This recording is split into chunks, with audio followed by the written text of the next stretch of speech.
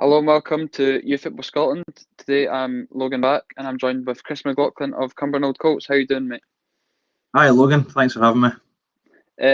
For you that don't know Chris, he's a club development officer at Cumbernauld Colts for 3 years now. He's leaving soon to move on to different opportunities.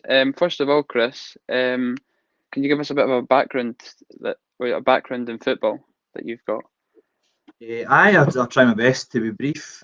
So, like many people, had dreams of being a player and quickly realised that wasn't going to happen. So played kind of boys club level, had a couple of trials here and there, but it never really got to anywhere, and wasn't really surprised looking back. It was nowhere near the standards. So I started coaching at high school when I was 15, 16, and that was sort of the start of my coaching career. So from that, that was kind of going out to local primary schools and having sessions there in groups of kind of 3 or 4 students when we were S5, S6.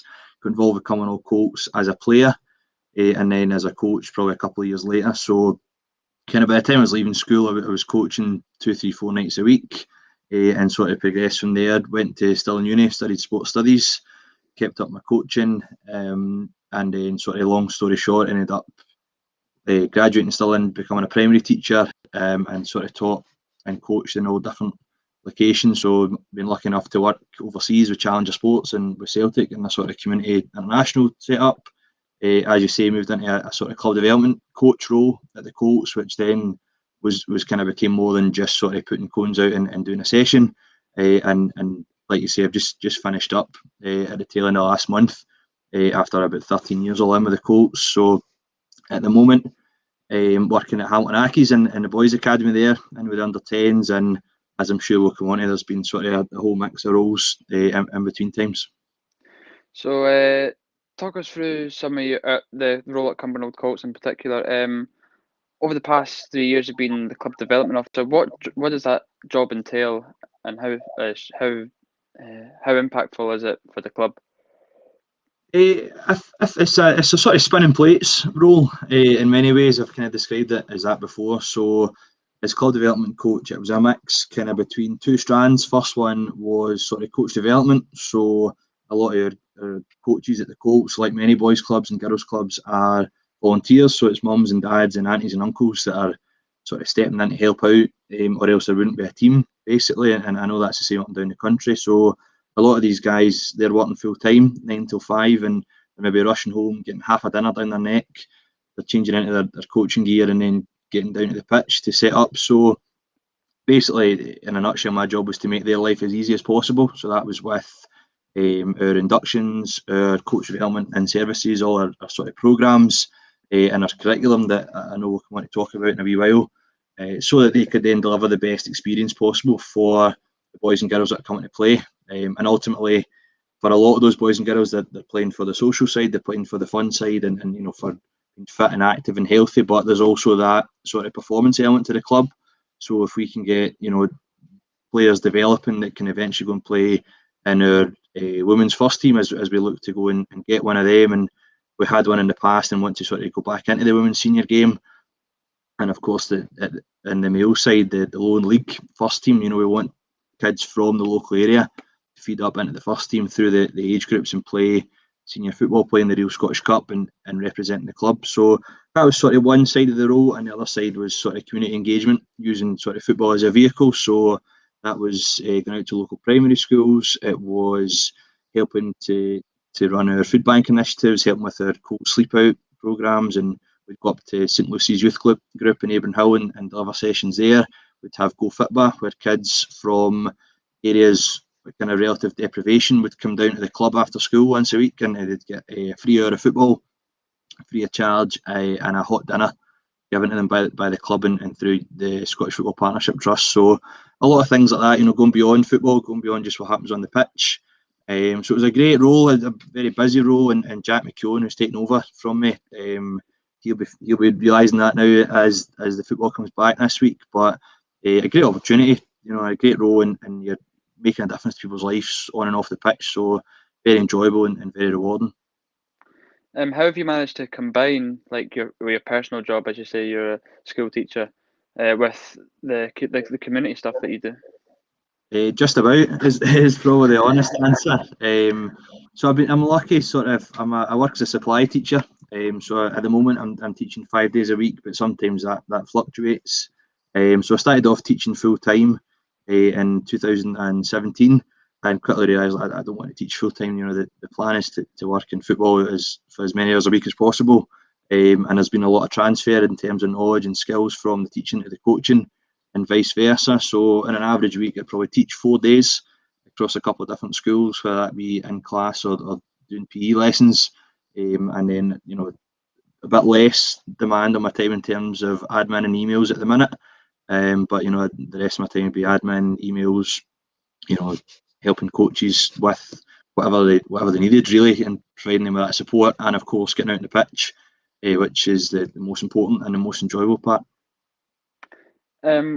What feedback have you had from like the local community in Cumbernauld towards the initiatives that you've put forward?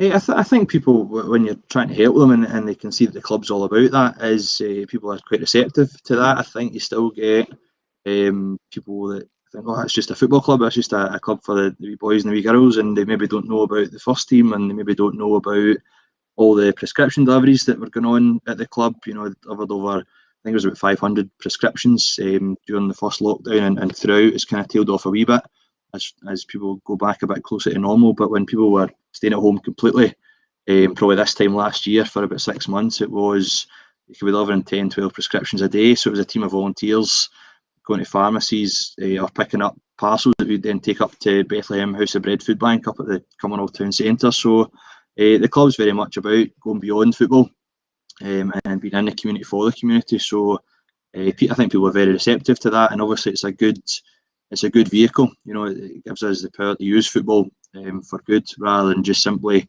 you know, what happens on the pitch or simply what happens off the pitch. Is to combine the two, which seems to be very, very effective. In terms of your curriculum, how did you get into doing that for the Cumbernauld Colts?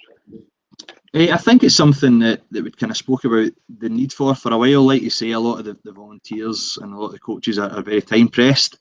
And even though, you know, it is a boys' club and a girls' club, we were very keen when I was there to hold ourselves to very high standards. You know, Cumbernauld Colts was the first club in Scotland to be awarded the Legacy Level Quality Mark and then re-accredited with it. And like I say, not only do we want to provide that participation experience, but also the opportunity to go in the senior team and play senior football and maybe go from Cumbernauld Colts to a team in the SPFL setup. So to do that, we need quality coaching, and for the guys to deliver quality sessions, they need help and support.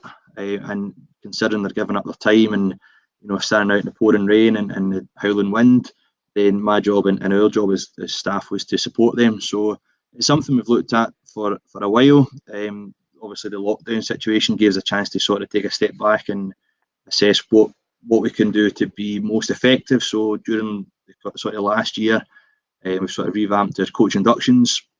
We've had a lot of in-service training for our coaches, and then finalised these curriculums. So we've got 3 curriculums. 2 are finalised, 1 still in production. So a 4v4 curriculum for 7v7 football, and 1 on the way for 11v11 football. And essentially it's there as a guide. It's not, you know, you must follow this to the absolute letter, but it's something that we can hand to coaches, as well as when we're bringing them into the club and saying this is what the club's all about, and we want, you know, to have the ball moving. We want to provide that enjoyable experience. We want players to get on the ball. We want them to make decisions in game-like practices. Then here's examples of that. So it's broken down kind of week by week. Here's your activities. You repeat. You know, you've got 2 training sessions. You do the same session twice. One, you know, across your Monday and your Wednesday, your Tuesday and your Thursday. But there's plenty of scope within that for, you know, adapting to the players you've got. So at the moment, you know, having only been away from the club for less than a month, I could probably name still all the players and what they're like, and you know, this team needs a bit of that, and that team they need challenged, they need supported a wee bit. But obviously, as time goes on, that won't be the case. So it's about the coaches using the tools we give them and adapting to their players, adapting to what the players want, what the players need, what they're able to do. And putting their own spin on it as well. So there's maybe weeks where it's coach's choice, weeks where it's player's choice. Some weeks it might be mixed ability groups. Sometimes it's playing, you know, two age groups, so play with players a year older or a year younger. Sometimes it's random mixed groups, so you're learning from your peers, or just play with your pals. And it's not maybe about, you know, we must get the learning in this week. It's just go out and go play with your pals. So a balance to it. You know, if some guys will maybe think I want to just use it, that's treat it a bit like a Bible, and that's absolutely fine. Other guys will maybe take inspiration from it and put their own wee spin on it, which is absolutely great as well. That sounds great. Last of all, what's your plans for the future after you've you've obviously left Cumbernauld Colts now, but what's your plans for the future going ahead? I think, you know, to continue coaching for as long as possible. You know, still enjoying it and still learning. You know, I've got a lot to learn still. We've been coaching about 10 years now, and now that I'm in at Hamilton and at 𝗪𝗲𝗄𝗧, you know, it's kind of gone from being a big fish in a small pond, albeit Cumbernauld Colts, you know, it's a pond of, you know, 1,000 players a week. So it's a lot of players, a lot of kids. It's a massive club, but you know, for a lot of the guys, they are doing it as a side to their main job. They're doing it to help out. So, you know, myself and Jack and a couple others are some of the more experienced coaches, some of the more qualified coaches. Whereas I've now gone into 𝗪𝗪𝗄𝗧, and there's guys that have been coaching for much longer than me and you know, educated and qualified to a higher level than me. So I'm sort of back to being that new guy and being just in the door. So I'm having to be a bit like a sponge and try and learn from them as best as possible, because there's fantastic players, fantastic coaches there. So it's been really good for me to keep learning off of these guys. Looking forward, my partner Rachel and I, we're lined up to move to China in August. So we've both been offered jobs at an international school in Qingdao. So Rachel will be in class, I'd be teaching PE. We'd looked at going last year, and then obviously COVID hit and everything sort of pulled the plug on. So that's the plan, to go this year, probably early August if we can. But again, we're kind of open-minded, having been through that last year of everything sort of falling apart a wee bit, that we'll, if we can go, great, and if not, you know, we'll see and maybe look again for 12 months' time.